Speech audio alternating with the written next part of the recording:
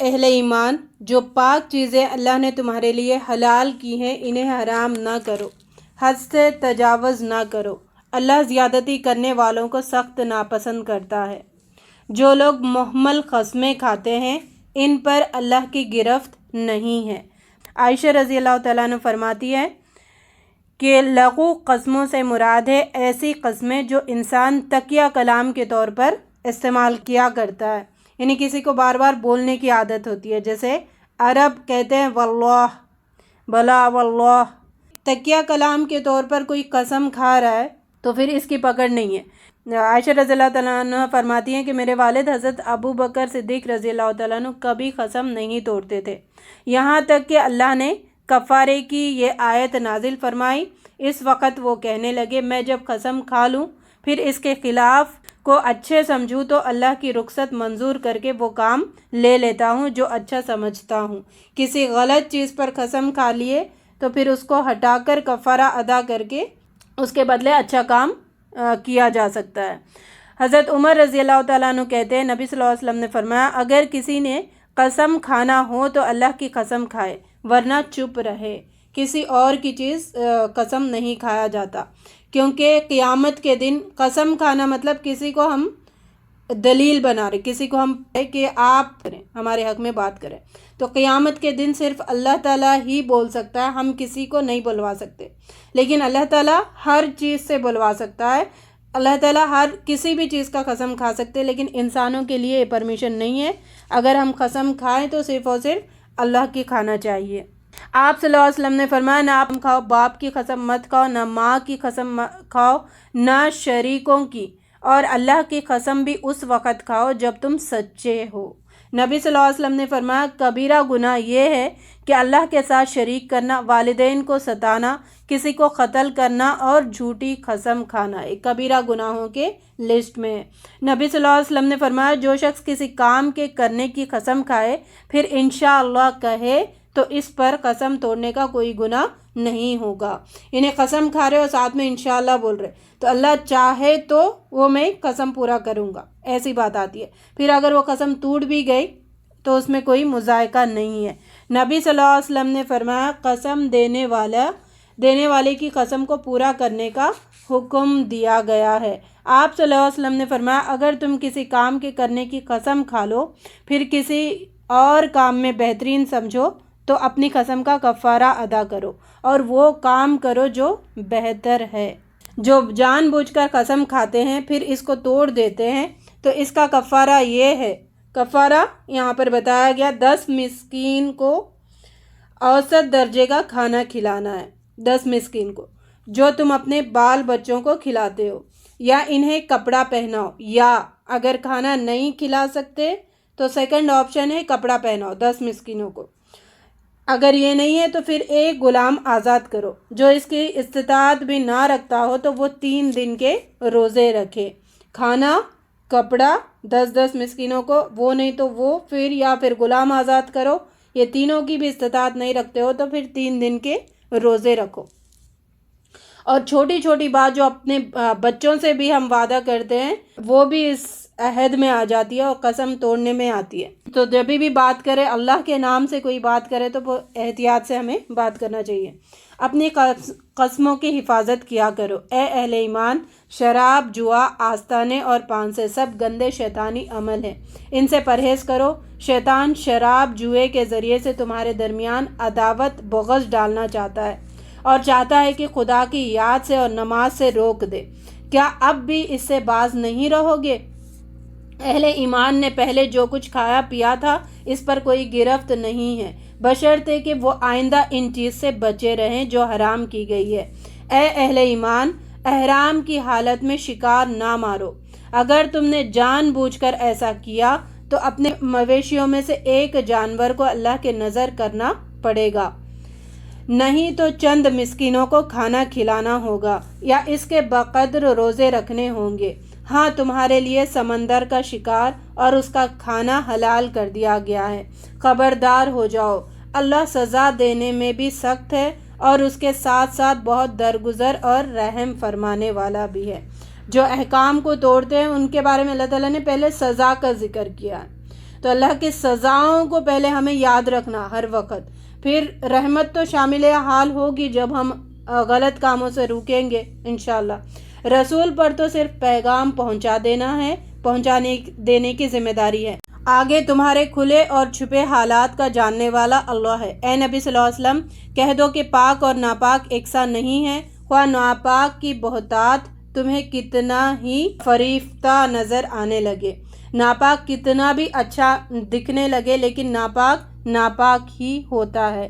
یعنی رسول صلی اللہ علیہ وسلم کی ذمہ داری صرف احکام پہنچا دینے تک ہے، آگے ان احکام کی فرمانبرداری کی ذمہ داری ہم پر ہے، اور ہمیں بھی احکام پہنچانے تک ہے، اور آگے اس پر عمل کرنا نہیں کرنا لوگوں تک ہے۔ اور یہاں پر جو گندی چیزوں کے بارے میں بتایا ہے، اس آیت کا مطلب یہ ہے، گندے پانی کے نالے سے صاف ستھرا پانی کا ایک گلاس زیادہ قدر و قیمت رکھتا ہے۔ تو گندے پانی کا نالا بھی ہے اور ایک گلاس صاف ستھرا پانی ہے تو اس کی بڑی اہمیت ہوتی ہے۔ حرام طریقے سے کمائی ہوئی دولت اگر 100 روپے ہو تو حلال طریقے سے کمایا ہوا 5 روپے اللہ تعالیٰ کی نگاہ میں زیادہ قدر و قیمت رکھتا ہے، اگر تمہیں وہ 100 روپے کی حرام کمائی کتنی ہی اچھی نظر آنے لگے، لیکن اللہ کے نظر میں کم قیمت جو ہے حلال کی، وہی اسی کی قدر و قیمت ہے۔ بدکار اور نافرمان آدمیوں کی ایک لشکر کے مقابلے میں اللہ کے نزدیک گنتی کے چند فرمانبردار اور متقی لوگ زیادہ محبوب ہے۔ بہت سارے لوگ ہیں، گنہگار ہے، اس کا کوئی اللہ تعالیٰ کے پاس اہمیت نہیں ہے، اور متقی کم ہیں، تھوڑے ہیں، اور نیک عمل کرنے والے ہیں، ان کی اللہ تعالیٰ کے پاس بہت قابل قدر ہے کہ آؤ اس قانون کی طرف جو اللہ نے نازل کیا ہے، اور آؤ پیغمبر کی طرف، تو وہ جواب دیتے ہیں کہ ہمارے لیے تو بس وہی طریقہ کافی ہے جس پر ہم نے باپ دادا کو پایا ہے۔ یہ آیت بھی بار بار ریپیٹ ہوتی، پچھلے بھی آئی اور یہاں پر بھی آئی ہے کہ باپ دادا کے طریقوں کو فالو کرنے والوں کے لیے اللہ تعالیٰ دلیل کے طور پر انہیں بتایا جا رہا ہے۔ کیا وہ باپ دادا ہی کی تقلید کیے چلے جائیں گے، خواہ وہ کچھ نہ جانتے ہو اور صحیح راستے کی انہیں خبر ہی نہ ہو، پھر بھی کیا تم انہی کی پیروی کرو گے؟ اے اہل ایمان، اپنی فکر کرو، کسی دوسرے کی گمراہی سے تمہارا کچھ نہیں بگڑتا۔ تم اپنی فکر کرو، اپنی آخرت سنوارو۔ کوئی دوسرا بگڑ رہا ہے، لوگوں کے یہاں یہی ہوتا ہے، سب کر رہے نا ہم بھی کر رہے، سب تھوڑی سن رہے ہم نہیں سنیں گے، سب عمل نہیں کر رہے ہم بھی نہیں کریں گے۔ تو یہاں پہ بتایا کیا جا رہا، دوسرے گمراہ ہو رہے تو اس کا وبال تمہیں نہیں پڑنا چاہیے، تم اپنا کام کرو، تم اللہ کے احکام پر عمل کرتے چلے جاؤ۔ اے اہل ایمان، جب تم میں سے کسی کی موت کا وقت آئے اور وہ وصیت کر رہا ہو تو تمہاری جماعت میں سے 2 صاحب عدل آدمی گواہ بنائے جائیں۔ اگر سفر میں ہو تو وہاں موت کی مصیبت پیش آئے تو غیروں ہی میں سے 2 گواہ لیے جائیں۔ مذکورہ گواہی میں شک ہو تو گواہوں سے مسجد میں خدا کی قسم دلوا کر گواہی کی مضبوطی کا اقرار کر دیا جائے۔ سفر میں بھی ہو تو پھر اپنے لین دین کا معاملہ ہے، وہاں پر لکھنے کا حکم دیا جا رہا ہے۔ اور آیت دین جو ہم نے پڑھا تھا، سب سے بڑی آیت قرآن کی، وہ لکھائی پڑھائی کے بارے میں ہے جب لین دین ہوتا ہے۔ اگر پتہ چل جائے کہ گواہوں نے گناہ کا ارتکاب کیا ہے، جو گواہ ہے پھر ادھر ادھر بات کرنے لگے تو ان کو مسجد میں لے جاؤ اور وہاں پر اللہ کی قسم دلوا کر صحیح بات کرنے لگاؤ۔ تو جن کا حق تلفی ہوئی ہے ان میں سے 2 گواہ کھڑے ہو جائیں اور خدا کی قسم کھا کر پہلے والوں کو گواہی سے رد کریں اور بے لاگ گواہی دیں۔ رکوع 15۔ قیامت میں اللہ تمام انبیاءوں کو جمع کرے گا اور پوچھے گا، کیا جواب دیا گیا تھا تمہیں؟ عیسیٰ علیہ السلام کو جو نعمتیں اور معجزے دیے گئے تھے ان کو یاد دلا کر اس سے بھی جواب طلب کیا جائے گا۔ ہر نبی سے پوچھا جائے گا اور ہر داعی سے بھی پوچھا جائے گا جو نبی کا کام لے کر قیامت تک اڑتے ہیں، تمہیں کیا جواب دیا لوگوں نے؟ تو وہ کہیں گے کہ ماننے والے بہت کم تھے، سننے والے بہت کم تھے اور نافرمانی کرنے والے بہت زیادہ تھے۔ تو اس وقت نبی بھی اپنے امت کے خلاف کھڑے ہو جائیں گے اور یعنی اتنے سارے گواہ بنیں گے۔ اللہ تعالیٰ بس تمہارے پاس بات پہنچ گئی نا